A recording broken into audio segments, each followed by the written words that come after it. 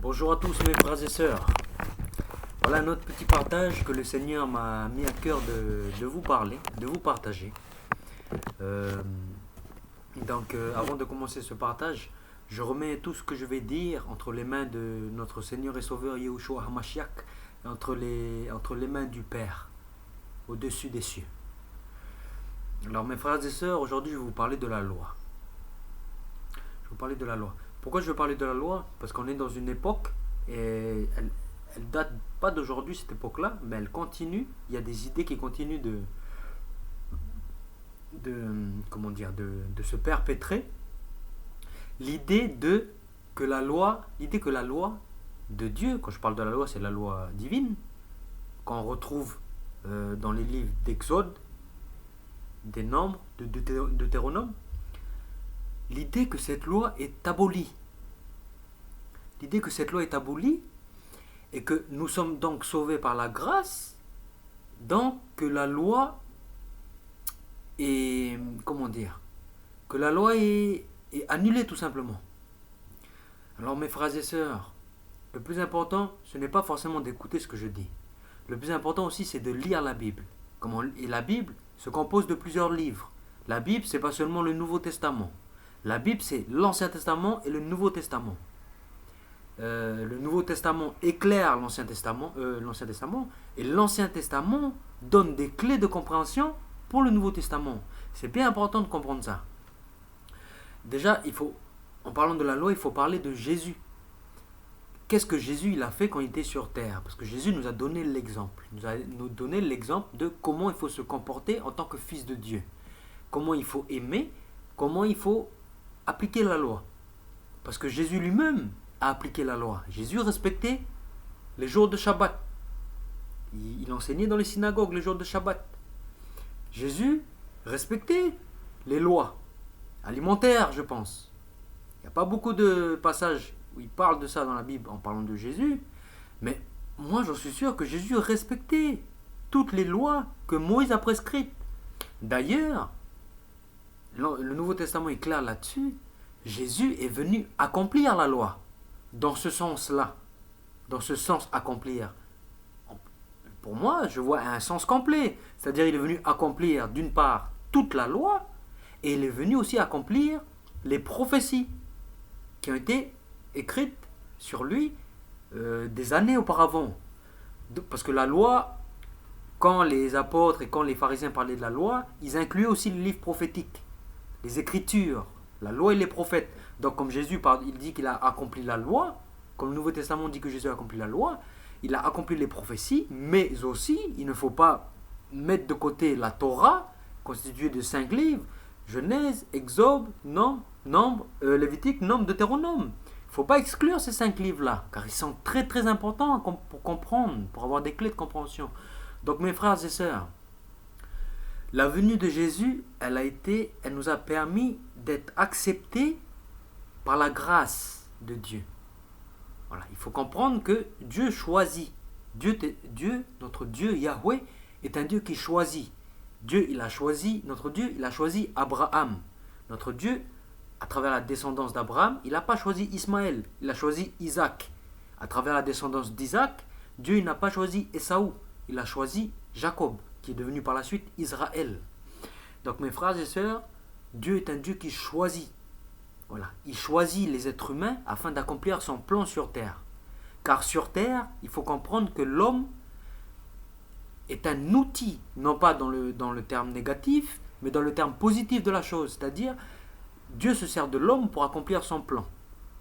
On le voit très clairement dans l'Ancien Testament, lorsque Dieu juge des nations, où ils ont trop fait de mauvaises choses et que la barre a atteint la limite, Dieu juge. Mais Dieu, quand il juge, soit il utilise la nature, la grêle, les grelans, les insectes, ou soit il utilise les hommes. Comme on voit l'exemple du roi de Babylone, c'était un objet de Dieu. Il a utilisé le roi de Babylone afin de venir juger la nation d'Israël et les nations alentours. Tout comme l'Égypte, Moïse est venu juger l'Égypte. C'est à travers Moïse que Dieu a jugé l'Égypte. Voilà, il y en a beaucoup de cas comme ça dans la Bible. Donc il faut comprendre que l'homme a la responsabilité sur terre, et quand je parle de l'homme, je parle du Fils de Dieu, le Fils de Dieu a la responsabilité sur terre d'exécuter la volonté du Père. Il faut bien comprendre, il ne faut pas inverser les rôles. Il faut pas, voilà, il faut bien comprendre cette chose. Et le seul moyen de comprendre ça, ce n'est pas de m'écouter ou de, je ne sais pas faire quoi. Le seul moyen de comprendre cela, c'est de lire attentivement la Bible avec un cœur honnête, sans préjugés, et en essayant de comprendre l'intention de Dieu et sa façon de fonctionner à travers l'humanité. Donc mes frères et sœurs, la loi n'est pas abolie. La loi est conservée, elle est toujours là. Pas un seul iota ne va disparaître de la loi. C'est clair, c'est assez clair. On n'a pas à aller chercher midi à 14h. C'est très clair. Maintenant, si on veut parler de l'apôtre Paul et de ses enseignements, il faut faire très attention quand on lit l'apôtre Paul. Il faut étudier le contexte. Parce que l'apôtre Paul ne s'adresse pas directement à nous. La Bible s'adresse à nous par l'intermédiaire du Saint-Esprit, à chacun. Mais il faut savoir que les livres qui ont été rédigés par la main d'hommes, comme je vous disais, que le plan de Dieu se réalise par l'homme, même la parole de Dieu qui a été écrite a été faite par la main d'homme. Donc Dieu fait confiance à l'homme, Dieu choisit l'homme qui est apte à effectuer son plan, et pour la préservation de sa parole et pour la divulgation de sa parole écrite, il a choisi des hommes, Moïse, Josué, etc., etc., les prophètes, les apôtres, il a choisi des hommes. Donc, ces hommes-là, ils ont été inspirés par l'Esprit Saint, mais de façon générale, ces hommes-là, ils ont envoyé soit des lettres, soit un message à une population précise, dans un contexte très précis. Nous, en tant que fils de Dieu, on ne doit pas lire tous les versets, tout n'importe quoi, en enlevant tout de leur contexte. On doit prendre en compte l'aspect historique du moment, de l'époque où le livre a été écrit, et on doit essayer de comprendre. C'est de cette façon-là qu'on comprendra mieux les messages. On n'est pas amené à faire n'importe quoi. On n'est pas amené à être stupide. Fils de Dieu, on est amené à avoir le discernement par l'esprit, d'être nourri par l'esprit et d'avoir l'intelligence. Voilà. C'est Dieu qui nous donne cette intelligence. Donc utilisons-la. Ne soyons pas des moutons, des stupides. Dieu ne veut pas de ça de nous. Donc mes frères et sœurs, l'apôtre Paul, quand il parle de certaines choses, il faut remettre tout dans son contexte. Et en faisant cela, vous allez comprendre que l'apôtre Paul n'a jamais aboli les jours du sabbat. L'apôtre Paul n'a jamais aboli la nourriture, les lois les lois alimentaires. Toute la loi est conservée. Voilà. Je vais rentrer un peu plus dans les détails, pas en parlant de l'apôtre Paul. Peut-être Dieu va me donner les paroles pour une autre vidéo, peut-être parler de l'apôtre Paul. Là, mes frères et sœurs, je vais parler de la loi. Il faut bien comprendre qu'il y a plusieurs catégories. Il y a plusieurs catégories au sein même de la loi. Il y a les lois relatives entre les êtres humains, être humain avec être humain. Il y a les lois relatives l'homme avec la nature, c'est-à-dire l'homme vis-à-vis de l'agriculture, l'homme vis-à-vis de ses élevages, l'homme vis-à-vis de la nature, des animaux. Il y a l'homme vis-à-vis de Dieu, voilà, sa relation avec Dieu. Et dans sa relation avec Dieu, le troisième volet, le plus important des volets, il y a plusieurs sous-catégories. Il y a la sanctification, qui est très prochement, très liée à la sanctification, à la purification. Il y a le culte à Dieu, tout ce qui est des sacrifices. Là, je vous parle de la loi. Tout ce qui est des sacrifices, le culte à Dieu. Voilà, principalement, c'est ces choses-là. Il y a la prêtrise. Voilà, ça, c'est une autre partie. Il faut bien comprendre, mes frères et sœurs, que nous, après la venue de Jésus, le Nouveau Testament nous appelle prêtres. Nous sommes devenus des prêtres. Pour savoir quel est notre rôle en tant que prêtre, on ne doit pas inventer tout et n'importe quoi. On ne doit pas dire, on doit se référer à la loi dans le volet prêtre. Parce que les prêtres, dans la loi, ils ont des choses à faire, ils ont des tâches. Alors maintenant, le tabernacle n'existe plus. Ces tâches-là ont été élevées spirituellement, dans le côté spirituel. Mais il faut quand même étudier, afin de comprendre et de discerner ce que nous avons réellement à faire, mes frères et sœurs. Pour ce qui est des lois relatives entre l'homme et l'homme, mais ces lois-là, elles sont toujours d'actualité. Elles sont toujours là, ces lois-là. Pourquoi on va dire, Jésus il est arrivé, il n'y a plus de loi? On est sous la grâce, voilà, on fait ce qu'on veut, mais Jésus il nous pardonne. C'est stupide de réfléchir comme ça, mes frères et sœurs. Soyons un peu logiques et arrêtons de nous comporter comme des enfants. Dieu ne veut pas que l'on soit stupide et qu'on se comporte comme des enfants. Les lois entre l'homme et l'homme sont toujours là. Les lois de Dieu sont toujours là, concernant ce volet-là. Ensuite, il y a les lois avec la nature. Ces lois-là sont toujours là. C'est toujours d'actualité. La loi, elle est toujours présente. Ensuite, il y a les lois de purification et de sanctification. Voilà. Les lois alimentaires font partie de la loi de la purification et de la sanctification. Car quand vous regardez bien, ceux qui mangent ou qui touchent des choses abominables, comme le porc, les cadavres de porc, etc., et qui mangent des choses abominables, ne sont pas acceptés dans la présence de Dieu. Donc il faut bien comprendre que Dieu ne nous a pas donné ces lois-là afin que ce soit une charge pour nous.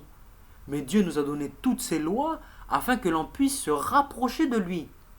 Parce que Dieu, il a une sainteté, il a une puissance spirituelle qui fait que c'est pas tout n'importe qui peut s'approcher de lui. Ceux qui essayent de s'approcher de lui en faisant tout n'importe quoi, ils meurent direct.